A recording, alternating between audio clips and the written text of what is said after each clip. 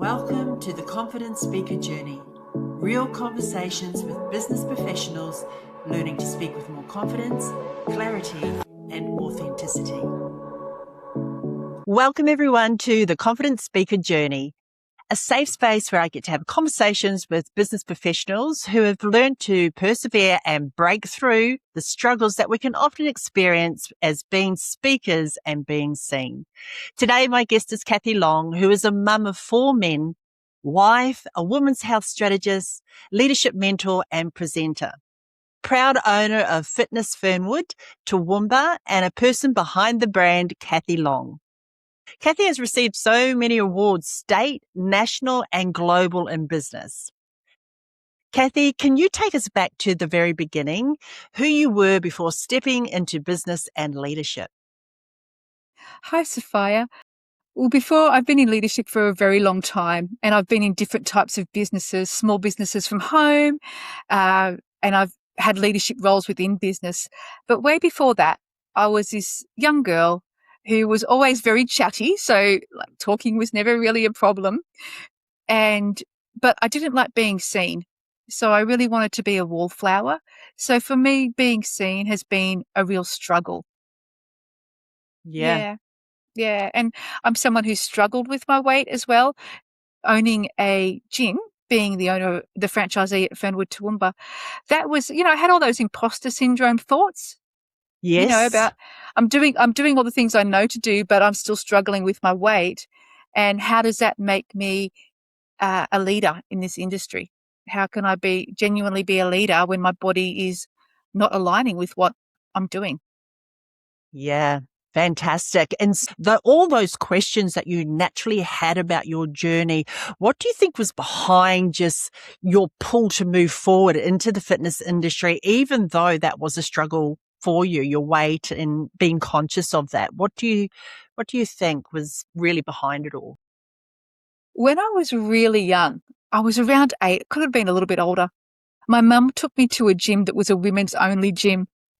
And I remember walking in there and thinking, oh my goodness, this must be where Wonder Woman trains. And I mean old school Wonder Woman, I remember thinking, wow, this is just beautiful.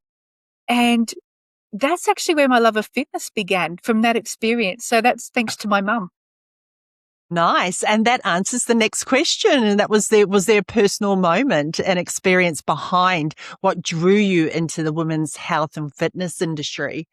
And Yeah. so that dream, how did that end up where you are now? So what was feeding that?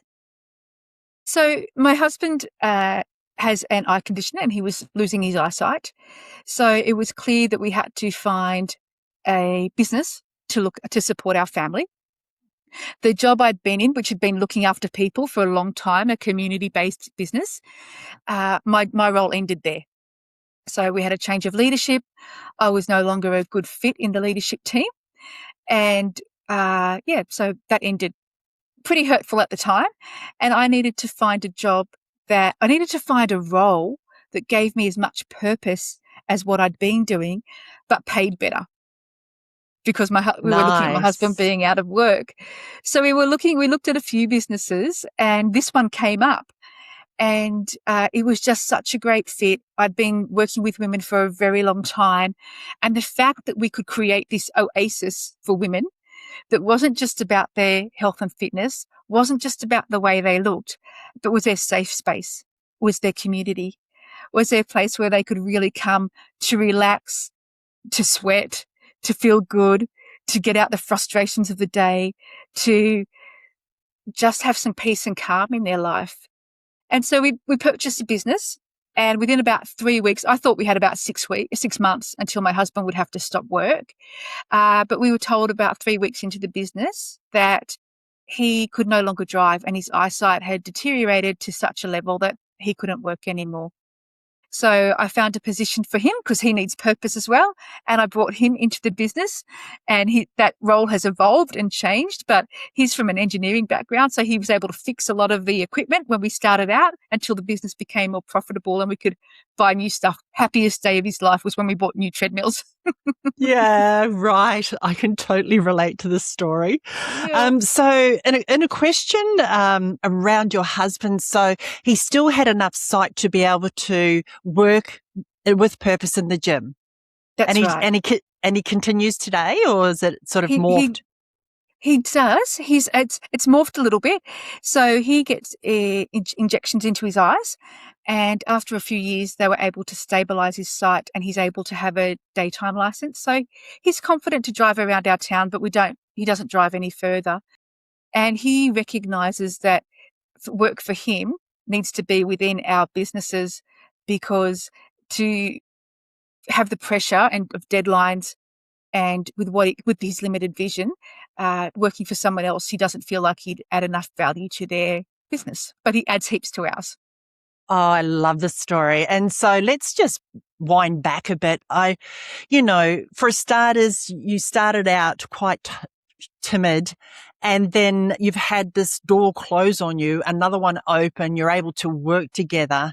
And I mean, this is just, it sounds like it could have been perceived as one struggle after another, but you really just took it in your stride, both of you, didn't you? And you just moved forward.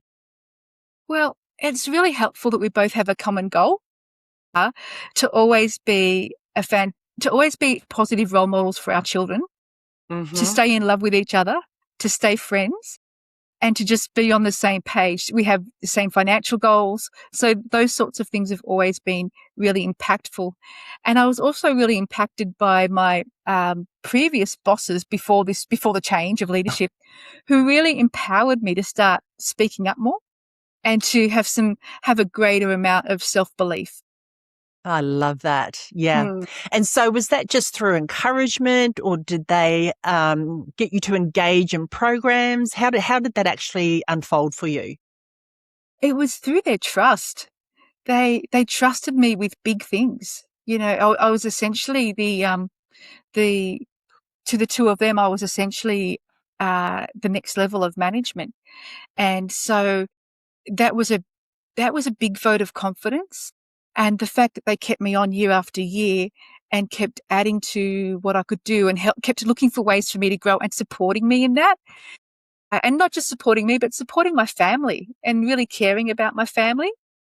Yeah, that was a huge, huge impact on my business. And that is really the reason why I felt confident to run the business I'm running now. Nice. The people that shape us, hey? Mm, I was Yeah. very, very blessed. Yeah. Yeah. And so is that where it first started for you to stand up and speak in front of people with those owners of that business? Was that the starting point, or did it happen before that? It had happened before that, but it definitely took a steep incline in that role. Yeah. And so they encouraged you to, what sort of things did they encourage you to do? What sort of Uh, speaking engagements? so I spoke at women's conferences as a keynote. I would speak in other weekly get-togethers. We would have a leadership meeting each week, and there were some pretty strong personalities in there because it's leadership, but they always made sure there was space for me and space they protected that space and gave that to me to really strengthen my ability to stand up in my own beliefs. And where did you draw on education to give you the how to speak and present? So my husband is an amazing public speaker. So Is he? yeah, yeah, he's fantastic. So he had done a lot of that sort of development of that area. So he had helped me a lot with that. It's practice. It's Yeah. listening to people that you find really engaging and thinking about why was that more engaging than, say, another person that I'd heard speak. Mm-hmm. And I don't know if you're familiar with John Maxwell. I've read a lot of his books on Yes. leadership. Yeah, I've read a lot of his Yes. books. So, education by listening, by viewing, by choosing and selecting, and then having, the the faith in myself that I borrowed from other people at times to step out in that. Yeah, I love that. I love your journey. Yeah, thanks Thank for you. sharing that. It's very inspiring and good for people to hear that, step by step you can certainly change as the challenges rise, especially when you've got people behind you. And if you haven't, then we've got to find people who can support us and encourage us, right? That's absolutely right. And now I have a business coach, and he also pumps up my tires, so we say. Aw. Yeah, he and Colin, that's my husband, they pump my tires a lot. So, they really support me. My kids are great, and the people around me, I'm very, very lucky with the team I have around me. I don't know if it's luck. I think you've got a beautiful, vibrant energy. And I think, when someone is really wanting to do their best and courageous and open, this is, something that happens. We are very fortunate that we do have people behind us, but it's a two-way street, don't you think? People can see that this person is a good person and trying and they want to support. Absolutely, and I back my team. I back Yeah. my team. I think my team are better than Santa's team. They're just absolutely incredible. So Yeah. they care for me. I know they care for me, and I care for them. They only really care about you. There's that saying, isn't it? They only care about you when they know that you care, especially, for your employee owner relationship. I've heard that in the past. And it's been my experience too, that dynamic is a powerful dynamic. And of course, it's when it's genuine. Mm. Mm. It doesn't mean we always hold hands and skip down the road together, No. because we're all people, but we know that we have a baseline of care and love. So when you were learning to speak up in those early days, how you've expressed, the encouragement, the support. Were there times where you really doubted yourself or, hesitated around being seen and being heard? And how did that show up for you? Oh, absolutely. I still have those times. So particularly around being seen. So for sometimes it would show up with I would shake so much my voice would shake. But the more I did it, the better I got at it. And the more I learned to take the deep breath beforehand and just think to myself, I was an early talker. You're going to be shocked to hear that. I've been talking for a long time. I Yes. can do this. Yeah, that's a fantastic reframe. And that's something that I use as well. It's like we have been talking for a very long time since we were little. It's not the talking that we struggle with. It's the talking and being seen, having all the attention on us. And so Perfect. for me, that really makes me ensure that I believe I'm bringing a message that has purpose and value, because Yes. people's time is their most expensive commodity. They're not getting time back. Yes. So whatever I bring, it has to um, honor the time that they've given. Let's double click on that. So, this is often a turning point when people realize that they're taking it all personally and the focus is actually not on the audience and being of service, being of value. Do you remember that point, that turning point, or was it something that just sort of generally integrated? I think it was like it definitely generally integrated and came up in increments. But I definitely remember there was a point, and I was speaking at a women's conference, and I realized by that stage I'd been speaking to groups for quite some time and regularly, and people were giving me feedback and saying what they'd gotten out of it. And I remember I was um, delivering a message at a women's conference, and the speaker that had gone before me hadn't timed hers and went way over time, way over time. And they still wanted me to speak, but I was before lunch. They were hungry, it really helped me to trim it down and just make sure I was giving them exactly what they'd come for. Not for my story that I felt enhanced it, but they were hungry. They wanted dot points. They got a little more than dot, but just really streamlined that message and really really reminded me that I'm in service to these people. Yeah, well, that's so good. That is a skill because I've heard of this happening that you may actually be asked when you're speaking to shorten your time or extend it because someone hasn't turned up. It hasn't happened to me, but it's fantastic that you've got that trust in yourself to know that you can make that happen and still be of value to your audience. Excellent. So I know you've mentioned that you've read a few books, you watched a lot of people. Were there specific strategies, habits or practices that helped you become more confident in your communication that really stand out? So for me, it's definitely knowing the content. Mm-hmm. And I like to deliver content that I know is backed anecdotally. So either Yes. backed by science. I like to deliver truth. Yes. So that gives me confidence when I know the information, I know the source of the information is reliable, and practice, practice, practice.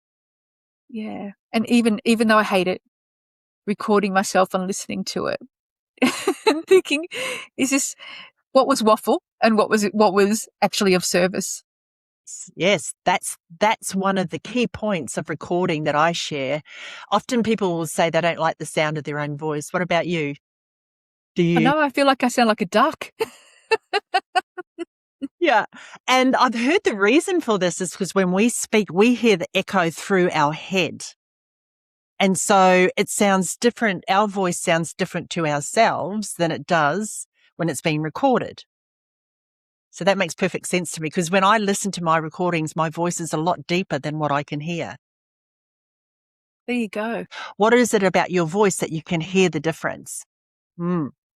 But that wasn't the case for you. It was more that it helped you as a tool to clarify what was waffle and what was needed. Mm. And also, I speak really quickly.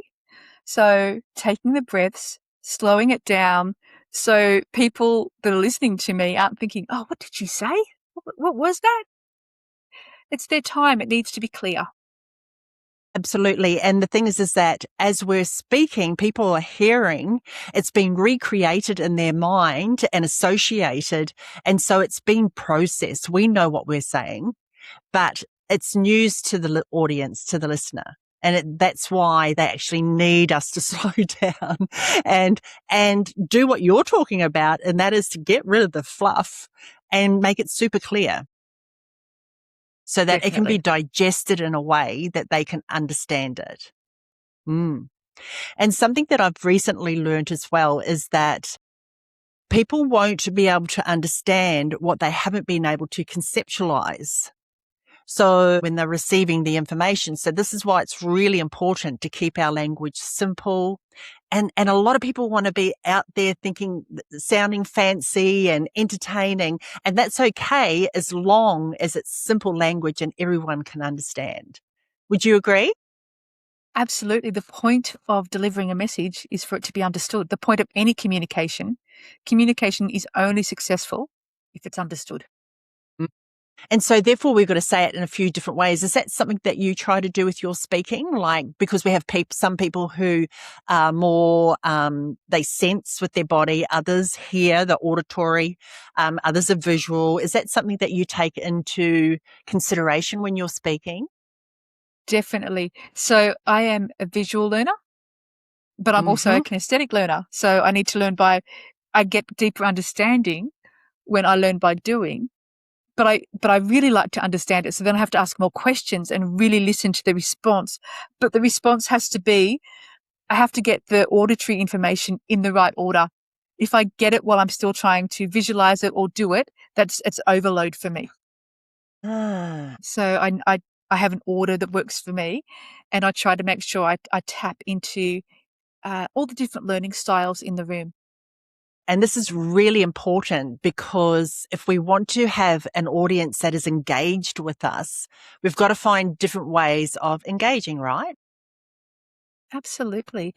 And I always think, depending on what you're delivering, but if you can put a laugh in there, That's, when you get up, people are nervous too because they've trusted you with their time.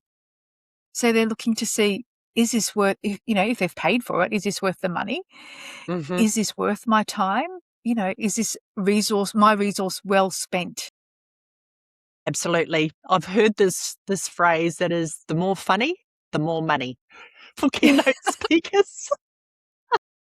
Do write some more jokes. Yeah. The more funny, the more money. Yeah, I cracked up when I heard that. Okay, so how do you balance strength and vulnerability when you're speaking or mentoring others? Are you okay with showing that side of yourself when you're speaking? Because I know some people can be very uncomfortable with allowing vulnerability to come up. I think you choose your vulnerability because not Mm, all of your vulnerability is public. mm, That you're allowed to have private spaces. yes. So I choose vulnerability through authenticity. Hmm. And I'm very aware of my weaknesses and I don't pretend I don't have them. Yeah, You know, so good. I I have strengths and I appreciate my strengths, and the things that aren't strengths, I bring people on into my team who have those strengths. Mm, mm. Fantastic. And that is a team building skill, is to know your strengths and your limitations, right? And be okay with that. Yeah, there's you could run yourself ragged trying to be everything to everyone, Mm, but we mm, weren't meant to be like that. We were all meant to work together, each having our own special part in a community mhm. that brings that beautiful extra facet to the diamond of our community, to our sparkling jewel that is us as a collective. So, for someone who's listening who knows that they probably need to speak more but feels very unsure, what would you say to them? What would you say to this person who's, understanding, well, I know this is something that I've got to do, but they're not quite taking the steps? I think there are lots of different pathways you can take. You can go and join a public speaking group Hmm. and with full of people you don't know, because it doesn't matter whether they don't love you or not. They're not your family. They're just other people. Hopefully they do, but we're not everyone's cup of sunshine all the time. Yeah. Also, to something that's been really good for me that I started doing last year was I joined a networking group. And so we get together each fortnight, and I need to have my condensed 40-second, ready to go elevator pitch. So I like to do something a little bit different each time we meet to keep it interesting. So that's been a real stretch for me, making sure that I keep it creative and I keep it to 40 seconds. So those sorts of places are really great. You know, Go into your backyard, talk to the stars, just start doing it. It will be okay. Yeah, that's right. So a bit of a reveal here, and that is Kathie and I belong to the same networking group, so just in different areas. And I've got to say, like, I've been in other networking groups where you get a full 60 seconds. And, and Too long. ours is condensed into 40 seconds. And Mm. I don't know. I do take my time. Like a bit of a rhythm when I speak so that people can hear and receive. And yeah, it really teaches you how to condense and clarify. Yes. And I'm the And same. I like to change it up every week. So it has to be interesting, right? you go. And how are you challenging yourself if you just say the same script all the time? You're not a one Mm. dimensional person. Your business isn't one dimensional. The people you're representing aren't one dimensional. So get a little bit creative. Oh my goodness, it's okay. It's not a legal document. If you could go back and speak to the old version of you that was just starting out, so way back when you knew that it was time for you to step up and start speaking in public, what would you tell her about using her voice that's really stood out for you that you've learnt on your journey? I would tell her it will be okay. And your message is valuable. Your message is positively impacting.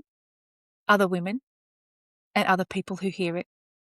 You are of value, you're of infinite worth, and nothing changes that. If you make a mistake, that doesn't change your value, it doesn't change your infinite worth, it doesn't change who you are. It just means you're a human being, and have a bit of fun. Oh my goodness, enjoy it. Yes. Yeah. And, I've got to say, this is probably the number one thing that people say that they're really scared of, and that's making a mistake. It happens. That would be the number one thing that people are fearful of that I've heard so far in this journey. And it's like, I was also one of those people. And so now it's just like, I make mistakes all the time and I just keep moving. Well, it's almost like my words get a little bit dyslexic sometimes because I get really excited and my brain just goes a million miles an hour. And, my team will be in a meeting and we'll be talking about something, and then I think we're done and we go move to the next thing. And then we finish enough of that and I come back to something I've just thought of here. Like, it's okay to be a human being that Absolutely. makes mistakes. Oh my goodness, that makes you authentic. It does. It really does. And we have something similar. We have something in common. We both have been fitness instructors. Yes.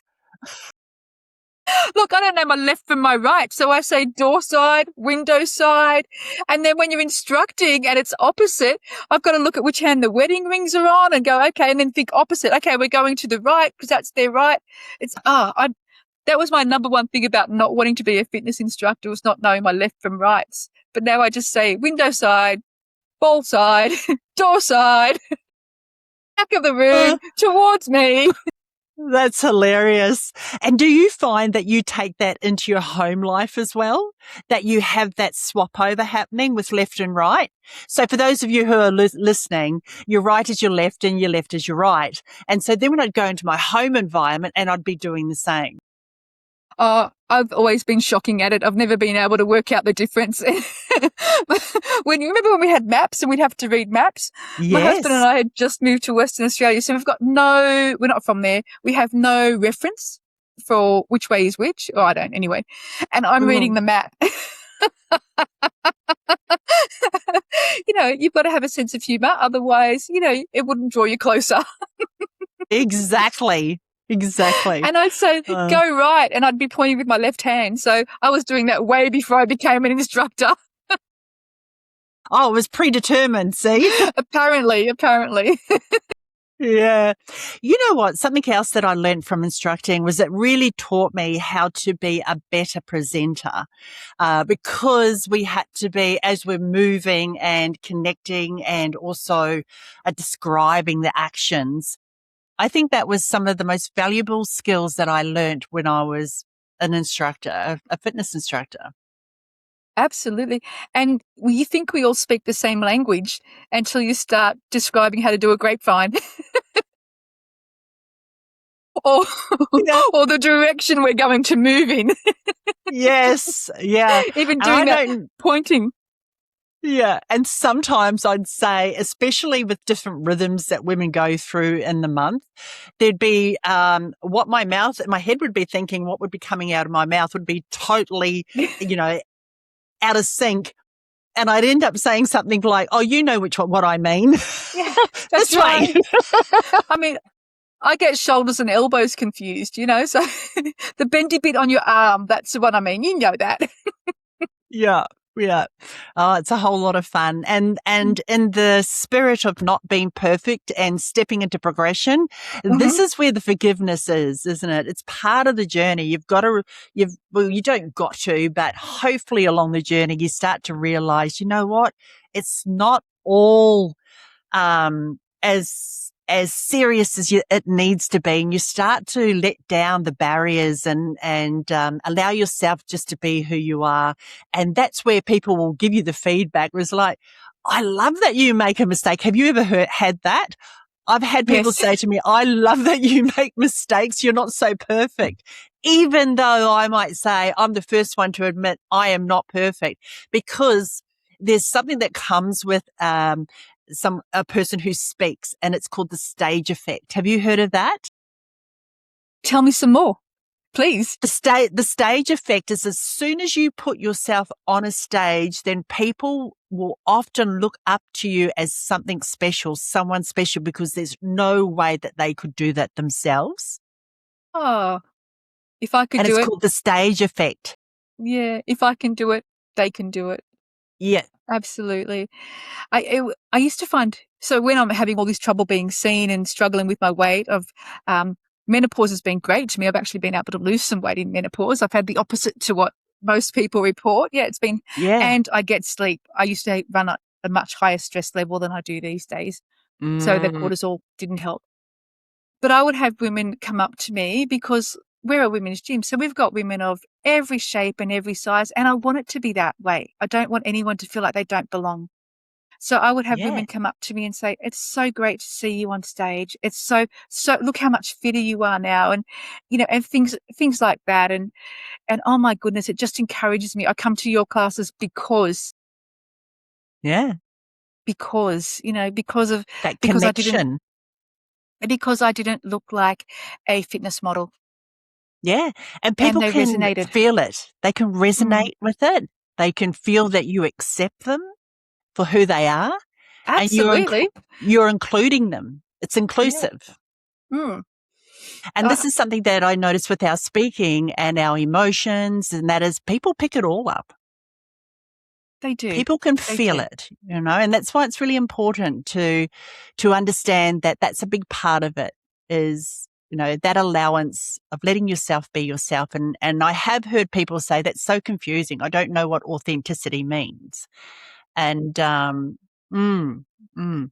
And, I think, a lot of it is guided through mentoring, through seeing other people do life, and people can get it through leadership. That's leadership, what you're speaking about, I'm getting up there regardless of how you look. It's your passion. It's what you love to do, and people can feel it. And I just love to be with them. Yeah. It was always really fun. And I Yeah. think, that forgiveness that you would, that kindness that you would show towards somebody else, you Mm. definitely need to be turning that around and showing it to yourself. I don't mean excuses for lack of preparation. I mean Mm. kindness. I just mean Yeah. kindness. I And hear you. and I think that when you're authentic, I can't help but be that way. It's I can't maintain anything other than that. It's too hard for me emotionally to It maintain. is. Yeah, it's too much to carry, Yeah. So Yeah. so just being able to say, "Well, this is me, and if I'm not your cup of sunshine, that's okay. That's why I'm in a team. There's someone else Mhm. here that will be, and that's okay." Yeah. Yeah. Perfect. Thank you for sharing that. Thank you. Right, just whatever comes up first for you.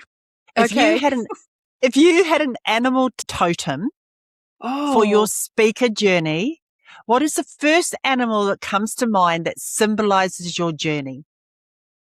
I've already had 4 come to mind. Okay, you just want First one, first one. first one for me is an eagle Nice. And why? because the eagle soars high. Mhm. It Mm. reads it reads the it reads the patterns, it's strategic, Yeah. I love and it. it's very purposeful within its, ecosystem. Beautiful. And I've known it with my interactions that I've had with you, and it hasn't been a lot, but I could feel that from the start that your energy is very high. Your frequency is high, and it's a pleasure to be around you. I'm so grateful that we connected and we had this conversation today, and you've shared with everybody your speaker journey, which we hope is encouraging for others who are out there to get on the journey and just get started. Thank you so much, Absolutely. Kathie. Thanks, Sophia.